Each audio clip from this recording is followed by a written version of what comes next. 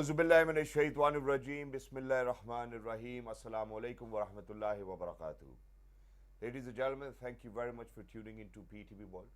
And you are definitely witnessing a specially dedicated transmission in the month of Muharram al-Haram. Ladies and gentlemen, my name is Shahzad Ihsan Khan. Ladies and gentlemen, 4 months are actually of the Islamic calendar are actually very near and dear to Allah Almighty, and Muharram al-Haram happens to be one of them as well. But ladies and gentlemen, one way or the other, whenever we talk about these months or these days, it's not about changing your white dress into black. I think it's changing your inner self from black to white and cleansing yourself and reflecting upon all of those values which have been shared with us or amongst us by our Sahaba, by our Prophet, by Hazrat Imam Hussain, by Hazrat Ali. And I think that today is the right day to actually reflect upon it. But then at the same time, it's not just about one single day. It's about all the days in the life. It's about all the opportunity which have been given to you in terms of days and time, and whether you reflect upon all of those values or not. Ladies and gentlemen, whenever we speak about the incident of Karbala or the tragedy of Karbala, it's not just for people who are Muslims out there. I think it's for the entire world. It's for the entire Ummah. It's for all of those people who actually want to learn the message of peace. Now, when we talk about the tragedy or the incident of Karbala, ladies and gentlemen, I think that there are few particular topics which we really need to talk about. First of all, what is the history? Are we really in line with the history, or what actually were the real events?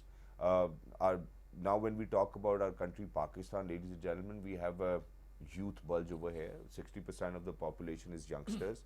And what kind of values are we sharing with them? Are we in line with the values taught to us by our religion, Islam? Are we doing that? So what is Shahada in the first place? What is martyrdom? What is the philosophy of martyrdom? What was the mission of Hazrat Imam Hussain? I think are the things which we will be discussing today. And if your kids are still roaming around, I think that this is the kind of transmission which you would love to watch, and you will, I promise you, that you are inshallah going to take away something very beneficial for you and for generations to come as well. Today on this topic, ladies and gentlemen, we're very lucky that I've actually been joined by people who within their own fields are very capable, and not just capable, very well qualified as well. And when we invite them to speak about issues as such, I think that they are the ones who deserve to be on television. And I'm very lucky that they have taken out time for us, for PTV World, and for this wonderful transmission as well. So ladies and gentlemen, first up, one of my favorites, whenever he speaks, I think he makes sense. Every time he makes sense, it makes sure, and he makes sure that, you know, the other person understands, and one understands. That's how life begins to simplify. Ladies and gentlemen, he happens to be a religious scholar, and he's the one and only Mr. Aslam Khaki Sahab. Assalamu alaikum wa rahmatullahi wa barakatuh. So thank you very much for joining us. Thank you for inviting me. Pleasure. Alongside Aslam Khaki Sahab, ladies and gentlemen, we've actually been joined by somebody who, in the first place, decided to be a chartered accountant. And when he became a chartered accountant, he thought that, you know, it's the rope of Allah which I really need to hold tight. And every now and then, we have been inviting him, and he's always made sure to be here to speak about this particular topic. Ladies and gentlemen, once again, he happens to be an amazing religious scholar. He's none other than Mr. IMRAN. SINDHU Sahab, Assalamu alaikum wa rahmatullahi wa barakatuh. Wa alaikum salam wa rahmatullahi wa barakatuh. Thank you very much once again, sir, for joining us. Wonderful to have you. Always there for you. Now, alongside these two legendary figures, ladies and gentlemen, we have legends in the making as well. These people happen to be a YouTube sensation or the social media sensation in the recent times as well, for the kind of work they have been doing. And it is in line with what we are discussing today as well, ladies and gentlemen. We're very lucky that we've actually been joined by Sultan al-Qadri Kawal brothers as well, namely RAHEEM Sultan al-Qadri and JAVAID Sultan al-Qadri Sahab as well. Assalamu alaikum. Bahut shukriya aane ka. Wa alaikum assalam. Thank you very much. Thank you very much. Most welcome. So now, to get the conversation started, sir, I want our conversation to be very simple so that everybody can understand. All the kids, all the youngsters who are out there, they can understand as well. So very quickly, what I'm going to start with is, what is martyrdom, sir? Let's get done with this first. Bismillahirrahmanirrahim. The word martyr and martyrdom in Arabic, it is just translated as shahada and shaheed. The word shahada means evidence, or you can say that, and the shaheed means who gives evidence. Right. Shaheed is also called as shaheed because he sacrifices his life and by that, by sacrificing his life, he produces an evidence beyond shadow of doubt that I was sincere for my mission. So he is a shaheed, that he is giving the evidence, undoubted evidence. Yes. So this is the word in, you can say, dictionary meaning and used in the term. As far as the philosophy of Shahada, especially concerning to the Holy Imam, is concerned, as today we are just observing this day of mourning and this day of tragedy, is that the philosophy of Shahada is that you give the evidence and you provide an opportunity to the people to observe that I was sincere in his mission. And I am fighting not for my own cause or for some my own personal causes, but for the cause of the people at large, and basically for the cause of Allah Almighty. That's why when they are martyred, Quran says, وَلَا تَقُولُوا لِمَنْ يُقْتَلُ فِي سَبِيلِ اللَّهِ أَمْوَاتٌ بَلْ أَحْيَاءٌ وَلَكِنْ لَا تَشْعُرُونَ. They don't say or declare that these people have gone from this life or they are just dead people, but they are alive. But you don't know how they are alive. So alive does not mean that they are in this life biologically, because biologically they are with Allah Almighty, or biologically the spirit, and they are, as Quran says, وَعِنْدَ رَبِّهِمْ يُرْزَقُونَ, that they are just given the feed by their Lord. That it means that they are biologically no more here, but they are alive due to their mission, that their mission is in this life. As I say, that the scientists are alive in this world through their inventions, and the great people, scholars, imam, they are alive through their mission. Exactly. So invention and mission, they keep you alive. Even in the scientists, Madame Curie and other, the service provider like Mother Teresa, they are alive today due to their invention Because their and mission is service. continuing. And Imam, and like Imam, following Imam, many martyrs or other people, or they are providing cause to their country or to their nation, they are alive in that sense by their mission. Exactly. That's why it is said that Shaheed ki jo maut hai, wo qaum ki hayat hai, because they just provide the life to the people. If we are here just breathing in a free environment due to the martyrs, which sacrificed their life in the war against aggression against us, that is 65 or 71, and all the army just working on the borders, and that's a true spirit. So in that sense, and as far as the philosophy of Imam in that was that it was, though apparently it seemed that it was a conflict situation, conflict environment. Tragedy. It ended in tragedy, but basically the movement of Imam was a peacemaking movement. The people just said how it was a peacemaking. It was in a conflict situation. He went into a conflict. No, but in the spirit, you say that before him, Imam Hassan, because at the death of the Amir Muawiyah, his son took over as a monarch without consultation, without just going for the procedure of the Shuraya. That was a form of democracy in that era. So he just took over it. Imam Hassan, before that, even at the time of even Imam Muawiyah, to keep the peace, he just surrendered his caliphate, which was properly working, was just to avoid the conflict. Exactly. So the peace was continued, basically even by Imam Hussain, when he felt that Yazid, after the death of the Amir Muawiyah, Raziyallahu ta'ala, he just took over as a monarch. So he was violating, he was going for the Malukiyat. So he raised the voice against him and just tried to convince the governor of Medina that he should follow the procedure. But when they denied it, then to keep the peace in the city, he migrated. He opted to migrate. Otherwise, the conflict would have been there. Prevails. Even he went for the migration, not for the war, not for the conflict. Yes. And the evidence is Alongside his that, family. that only his family was there. Had he been for the conflict, he would have just fetched or asked or invited the Sahaba to accompany him. Exactly. So it was basically a peace mission. Though it ended due to the, you can say, army of Yazid, they just converted into conflict and confrontation, which resulted in the martyrdom of the And sir, it Holy normally Family. occurs to almost all of us in our daily life as well. So where when you actually come across somebody who's actually stronger in terms of finances, in terms of health, in terms of power, authority, I think that this is what people do. People kind of subdue in front of them as well. People become submissive, and which is why I think I'm going to relate it to what Aslam Khaki Sahab has actually mentioned over here, that it's the mission which actually lives. You know, when we speak about martyrdom, it's the mission which lives. So I think that we really need to shed light on the mission of Hazrat Imam Hussain as well, and the mission of his life. So I'm going to move on to you as well, where some Khaki Sahib has even shed some light on the philosophy of Shahadat as well. But if in particular we are to look in the life of Hazrat Imam Hussain, uh, how do we take out that philosophy which is going to drive that mission in today's time as well, sir? Please. نحمده ونصلي ونسلم على رسوله الكريم فأعوذ بالله من الشيطان الرجيم بسم الله الرحمن الرحيم والعصر إن الإنسان لفي خسر إلا الذين آمنوا وعملوا الصالحات وتواصوا بالحق وتواصوا بالصبر. In Quran, it is mentioned that about the success model. What is the success model? The Quran's success model is that, you know, number one, as it said, all of the humanity would be in a big loss, other than the people who have iman in their hearts and they practice good deeds, amar bil maruf wa nahi anil munkar. These are the basis of good deeds. And then the watawasaw bil haqqi watawasaw bis sabr, that they stand by the truth and the reality. And then not only they stand by truth and reality, but then whenever the consequences of standing by the truth and reality comes in, then you have to be patient and be steadfast.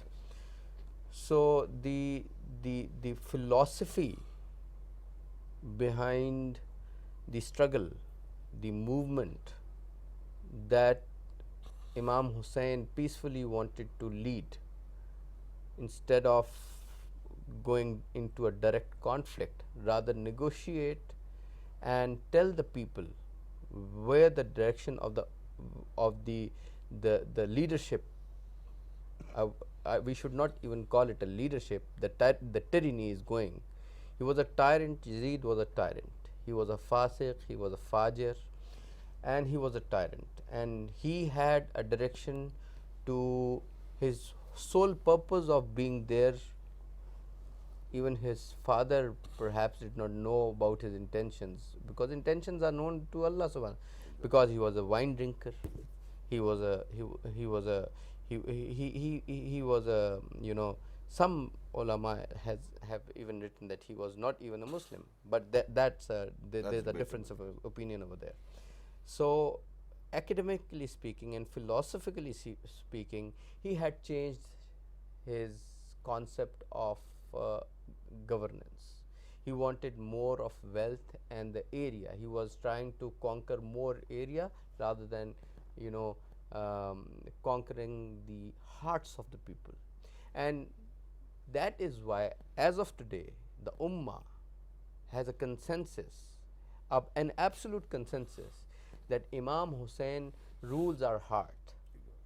And where is Yazid? We don't know where he's gone to. So I would also say this month of Muharram actually tells us the incidences that have happened in the history in the month of Muharram since the advent of this creation of the universe. Sir. Adam alayhi salam was created on 10th of Muharram. There are historical accounts. I'm not saying that it is through a Sahih Hadith that has come, but the historical accounts tell that there are many events where the haq and the batil, the righteousness and the falsehood have been tested on this day.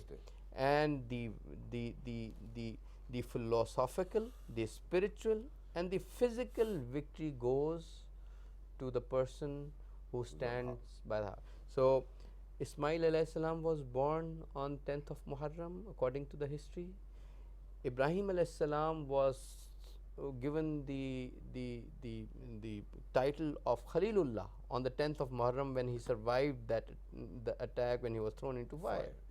Musa alayhi salam, this is through Sahih Hadith, was also defeated Pharaoh on the 10th of Muharram. And by the will of Allah subhanahu wa ta'ala, the martyrdom, which is an ultimate goal of a Muslim, the ultimate goal of a Muslim was gifted to Hazrat Imam Hussain radiyallahu ta'ala anhu on the 10th of Muharram, and this tells about the fazilat of Hazrat Imam Hussain Raziyallahu Ta'ala, the fazilat he's got, that he also got the day of 10th of Muharram. Exactly, and sir, correct me if I am wrong, but they say the doomsday or the day of Qiyamah will actually be on 10th of Muharram, and it will be a Friday. That's what I've learned ever since I was growing up. Is that correct? Yes, there are traditions, not very weak traditions. Khaki Saab smiling as well, so I may ask Khaki Saab as well, sir, because I have no shame in correcting myself, whether on television. Yeah, sir, as far as this you have said about this hereafter or that day, these riwayat are totally weak enough. And it doesn't make any difference that what day it was. It is the mission, again I would say, because there are millions of events. I will say there are millions of events just taking place in the history, even today. If you divide them over 365 days of the year, you will find thousands or even again millions of events every day. My concern is the concern of the mission and its survival, and it has survived that after 1400 years. Sir, we will come back to that. We will definitely come back to that, but I just want to engage with the Qadri brothers as well. First of all, it's a pleasure to have you once again. Thank you so much. And you know, I sometimes reminisce over the kind of journey we have shared together, where we started from as well. First of all, I would like to take advantage of this opportunity, in fact give you the opportunity, if you have anything to say on this day, say that, and then whatever kalam you have actually prepared for all of us and our viewers, please go ahead, share it with us as well. Okay, so first of all, as you know, there are a lot of pearls of wisdom already have shared by all the scholars and from you as well. So I would like to start with the introduction that I every time I come here and I start with that introduction because it's the basic of what we are today. So as you talk about the journey that we have shared together, so that started from the same introduction when we were here for the first time. Please go ahead. So today we are here. It's all because of the blessings of our spiritual tree, our Murshid, our master, Hazrat Bapir Khwaja Muhammad Kifayat Ali, Al-Maruf Bapir Khwaja Qadri Ali, Sultan al-Qadri Damat Barakatum Ali. And from there, our spiritual tree goes to Mian Wali Sharif, that is our Grand Master Hazrat Bapir Khwaja Muhammad Abdul Bari Pir Karam Sultan Ghazi Sultan al-Qadri Rahmatullah Alayh. And from there it goes to Sindh Ranipur Sharif, that is our great Grand Master Hazrat Bapir Sayyid Muhammad Rafiq Shah Shah Jilani Shansha. And you know why I wanted to engage these names with what we are talking at the moment, the concept that is going on at the time. So as Allama Sahab have said, that the day of 10th, you know, the 10th of Muharram, and significantly this date particularly is, you know, when the Haq and Batil were standing you know, against each other. So just as same, because we being a student of Sufism and Tariqat and, you know, the spiritualism, so what we learned and what we got from that concept of Sufism and from Awliya, that this day, they till today, you know, after even 1400 years they have passed, so still this day has got too much significance. Even you can go into the history and you can see that Hazrat Sayyidina Sheikh Abdul Qadir Jilani Rahmatullah Alayh, the Ghaus Pak Shah, what we refer as you know, in a shorter name. So 11th Sharif comes from the same thing, you know, that is the day of 10th. So sometimes people think that what is 11th Sharif, or why do you celebrate that? That's the same day. The 10th of, you know, every month is being celebrated by us at our Astana, at the spiritual place of our master. So basically the significance of these days, it's you know, and let's highlight the significance of this day with the kalam you have prepared for us. Surely.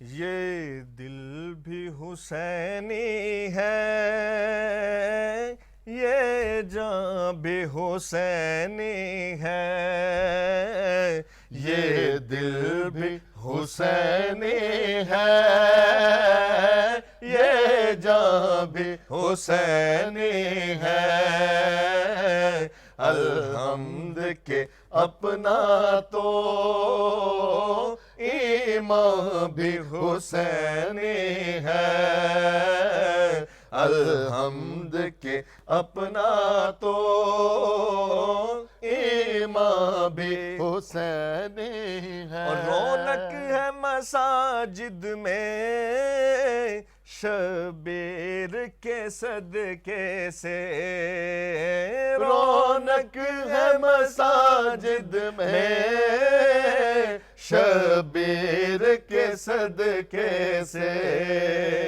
رونق ہے مساجد میں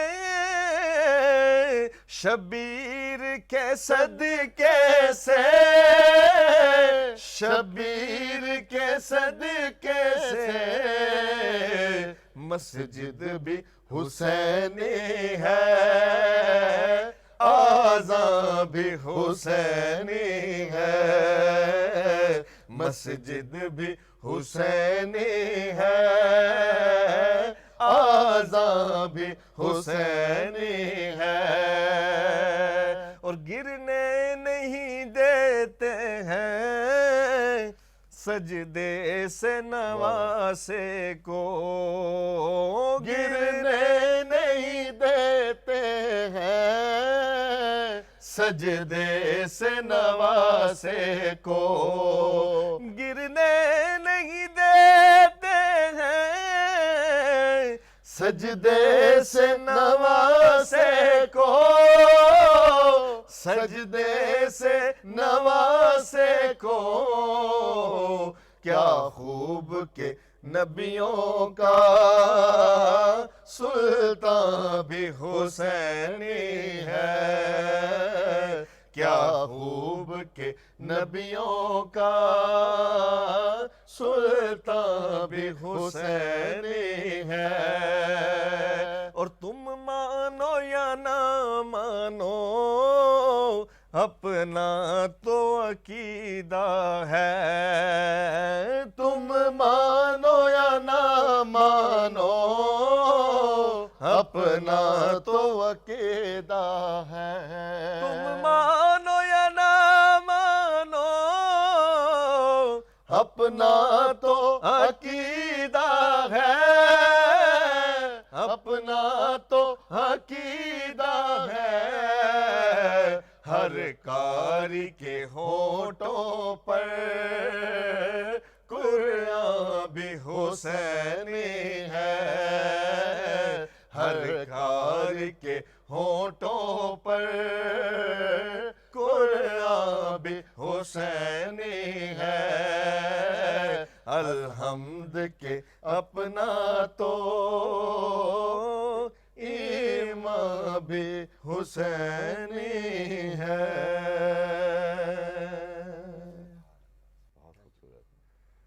Ladies and gentlemen, the feeling is very surreal, and I'm definitely getting goosebumps as well. Very well done, boys, just like always as well. But with that, ladies and gentlemen, we're actually going to head out towards a short break. But when you guys will come back, I think we will take a moment to shed some light on brief history of the tragedy of Karbala and whether the strategy of Hazrat Muhammad was it appropriate?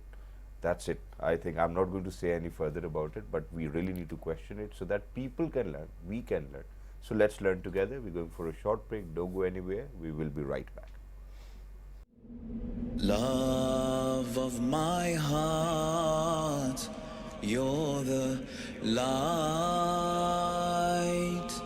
of my eyes, Hussein, light of my eyes, love of my heart, you're the light of my eyes. All right, ladies and gentlemen, welcome back. For everybody who just got tuned into PTV World, ladies and gentlemen, you're witnessing a hallmark transmission today, and it's because of the fact that, ladies and gentlemen, Muharram al-Haram is one of those months which is definitely beloved by Allah Almighty as well. But each and every day, ladies and gentlemen, is given to us by Allah Almighty. But it is totally dependent on us whether how we're going to utilize that day. Now, when we speak about Muharram, ladies and gentlemen, it comes along a greater message which we really need to learn and which we kind of need to refresh as well. How are we going to refresh it is one question, but I think that anybody and everybody can kind of recall the incident or the tragedy of Karbala and learn from it by sharing brief history of the incident and the tragedy. And for that, I'll move on to Aslam KHAKI sahab over here, sir. So short history, sir, for all our viewers who are out there. Thank you.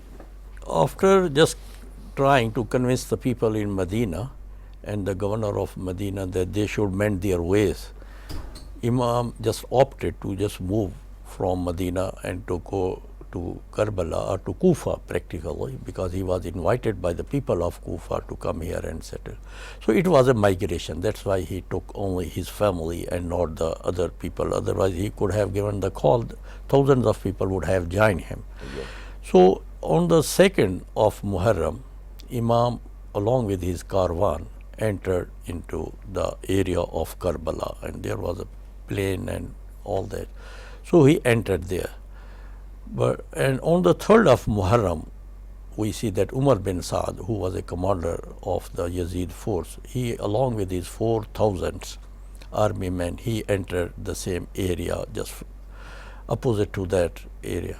And then we see that when they were settling down, Yazidis or that the commander, he opted to just occupy and possess and block the water to Hazrat Imam Hussain and his caravan.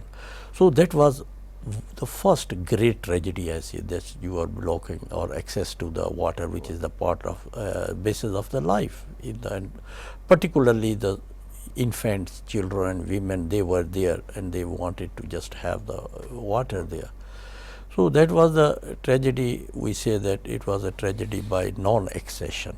So on the 9th Muharram, we see that the Shimr, he also enters the Karbala.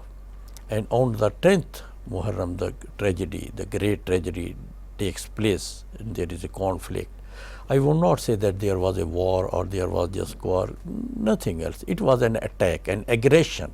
It was one-sided, you can say it, and the Imam and his caravan was at the defense only. Exactly. So in that situation, we see that that tragedy took place. Most of even the children, the women, and the men, they were martyred by the Yazid force, and that ended to the evening. So on the 11th, the captives, because the other who just survived from the caravan of Imam, they were taken as a captive by the Yazid force. So they took it to Karbala, to Kufa, to just present them before the Yazid, just to get their reward and award, whatever they just thought. And at that time, the martyrs who were left there or there, that they were just buried by a tribe which is called Banu Asad. They just buried the martyrs there in the after, and that is the main events in the history. So with that, we can say that this is the brief history, and it gives us a message. Even all those, that how to just take up your mission. Just try to convince the people that they should just resolve the issue with consultation or with peaceful measures. And then if you are powerful, then you can react to that, and if you are not powerful, then you can migrate. As Quran says, Alam takun ardullahi wasi'atan fatuhajiru fiha. Even non-reaction, if you are can't react, then you should migrate. Okay. So this is the basic principle given by Quran, and the Quran also elaborates it that the people who do not react to the aggression in their own style or in their own resources, they are also sinful. And okay. Many people who are just so what you try to say over here is that if I have the capacity to retaliate, and if I do not retaliate with all my resources, it's a sin. The Holy Prophet also, even Quran says, "Kanu la yatanahuna an munkarin fa'aluhu," that many people would be just entitled or will be sent to the hell, and they would ask, "We didn't do any bad thing." And indeed they didn't do any bad thing, but Quran said, but they also did not prohibit the people from doing the evils. Exactly. The evil. So those people, silent majority, as we say, the silent people, they are just sitting at their home, that we are not doing any evil thing. No, they would be accountable. That did you react to that situation evil? They do, as we say, nahyanil munkar, for example. So then what about the concept of forgiveness? Because they say, the one who actually forgives is the one who is mightier than the one who is showing aggression. Yeah, they both are in their own context. As far as forgiveness is, that forgiveness is for the people who do the mistakes or commit sin and they become repentful. Okay. So But that for is someone who does not become repentful, it is Yeah. our duty then yeah. to correct them or then to prohibit them. correct them through tabligh or through, and if they do I have not, learned then you something can new today. even use the force. And if you say that they are, if I see that some person is just beating a child or beating a girl or chasing a girl, some young man, it's my duty just ask him, no please, Okay. just say, if he doesn't come to the call, then I must use my appropriate force. I say appropriate force. until the police reaches there. Wonderfully explained, sir. Thank you very much for sharing this, and I think that it is definitely something new for me, ladies and gentlemen, because every now and then, you know, while you're driving, while you're going somewhere, you see such incidents on road as well, and you are like, okay, you know, they will probably resolve it by themselves. So it is your obligation. It is an obligation to you that you actually have to make sure that you kind of try to prohibit them with some appropriate resources, whatever they may probably be. But yeah, let's not get into this detail as well. This is an interesting topic which we might speak about in the later days as well, sir. But sir, coming back to you, Sandhu Saab, now I think it is very essential for everybody to understand the background of this tragedy, and it is because of the fact, because there were some things, you know, as Khaki Saab said, that, you know, it is your responsibility to prohibit. Now, in your fulfilling that responsibility to prohibit somebody from doing some bad to another person or to you in the first place is something which led to this tragedy in the first place. But what are those events which led to the tragedy of Karbala? Why do you think in the first place the Imam Hussain had to migrate with his family and then be stuck in Karbala, and then obviously the tragedy took place? Well, most of the events that had gone over there in the history were had already been narrated by Dr. Saab.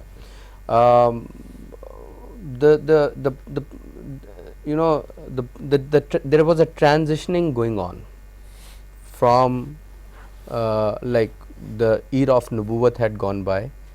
Now Khilafa ala Minhaj Nubuwa was also had also gone by. Now the transitioning to a place, an era was coming where the mulukiyat, the as it is in one of the hadiths, it comes mulkan addan, kaat khane wali mulukiyat.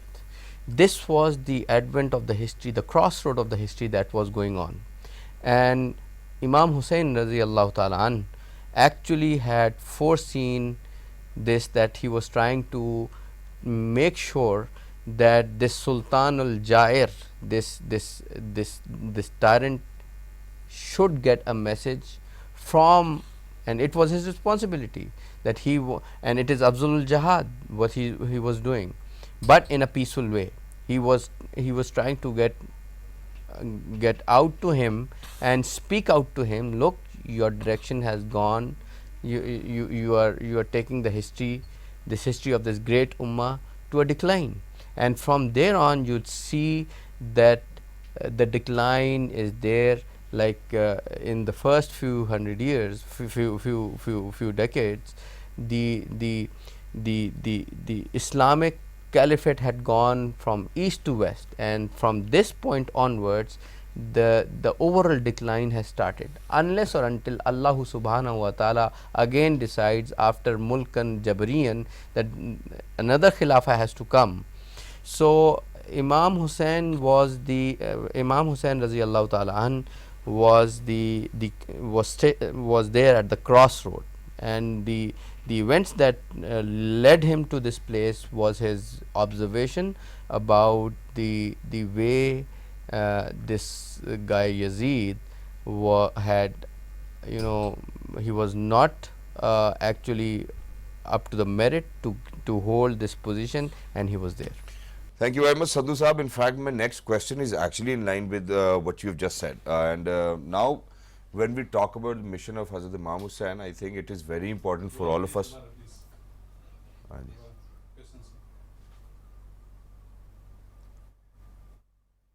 Thank you very much, Sandhu Saab. I think whatever you have said so far is something which I'm going to relate to in this question as well, and that is that, you know, this conversation is actually going to go in vain if we're not going to discuss the mission of Hazrat Imam Hussain as well and his succession, whether direct question ही करूं? ठीक है जी,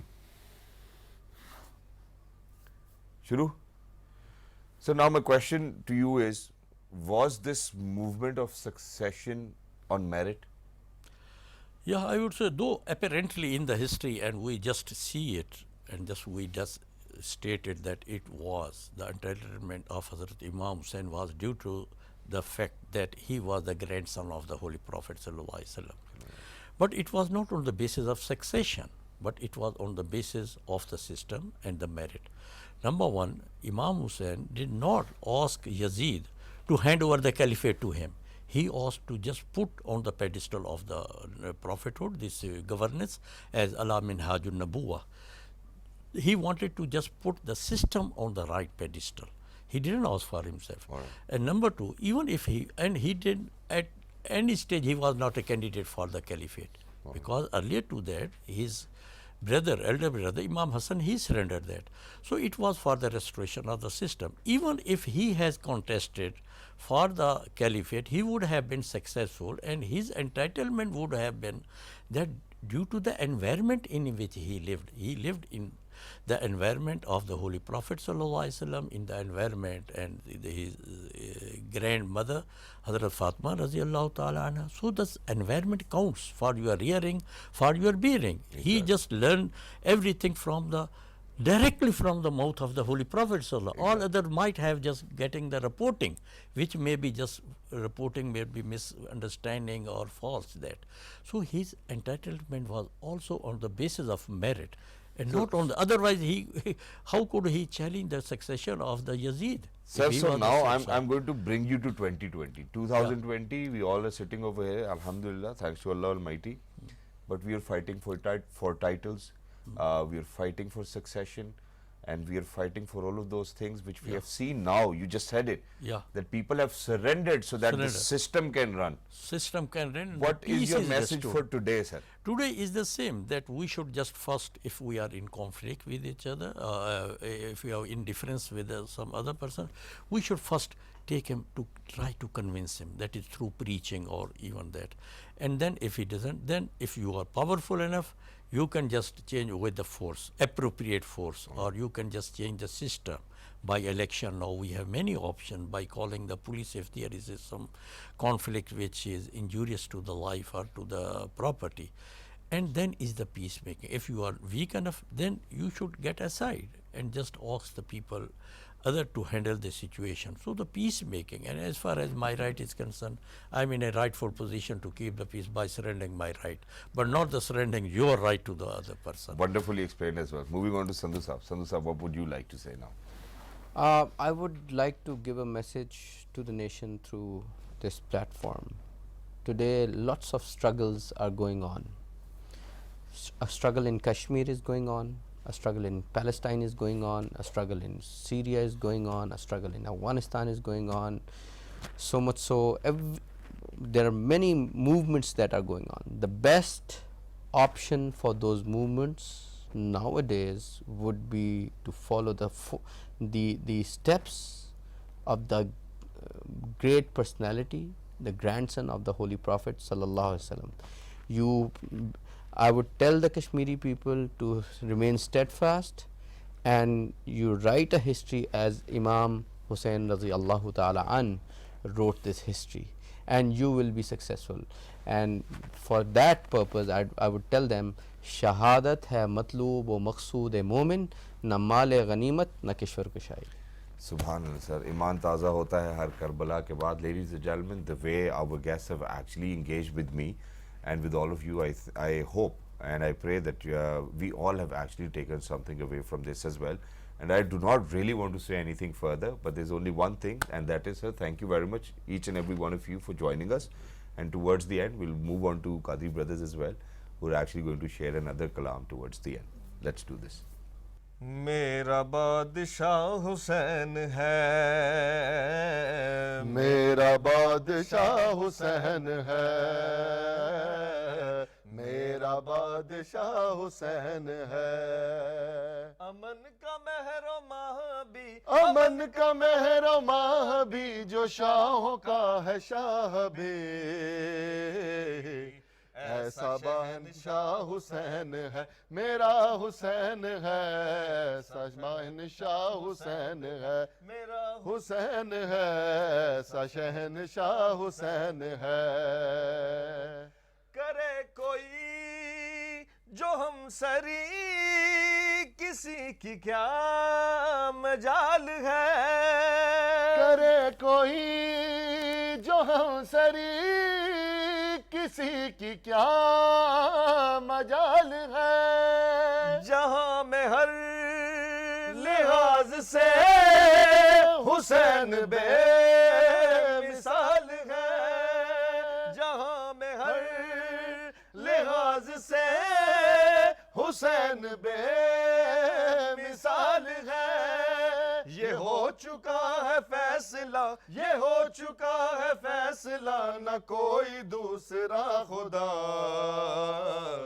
نہ کوئی دوسرا حسین ہے میرا حسین ہے، نہ کوئی دوسرا حسین ہے میرا حسین ہے، نہ کوئی دوسرا حسین ہے۔ ہو جس کی فکر کربلا حسین وہ دماغ ہے، ہو جس کی فکر کربلا حسین وہ دماغ ہے، یہ پنجتن کی انجمن کا پانچواں چراغ ہے، یہ پنجتن کی انجمن کا پانچواں چراغ ہے۔ حسن کا پہلا ہم سفر، حسن کا پہلا ہم سفر، علی کا دوسرا پسر، امام تیسرا حسین ہے میرا حسین ہے، امام تیسرا حسین ہے میرا حسین ہے، امام تیسرا حسین ہے۔ یہ بات کس قدر ہنسی، یہ بات کس قدر ہنسی، جو کہہ گئے معین الدین کہ دین کی پناہ حسین ہے میرا حسین ہے، کہ دین کی پناہ حسین ہے میرا حسین ہے، نہ پوچھئے کہ کیا حسین ہے۔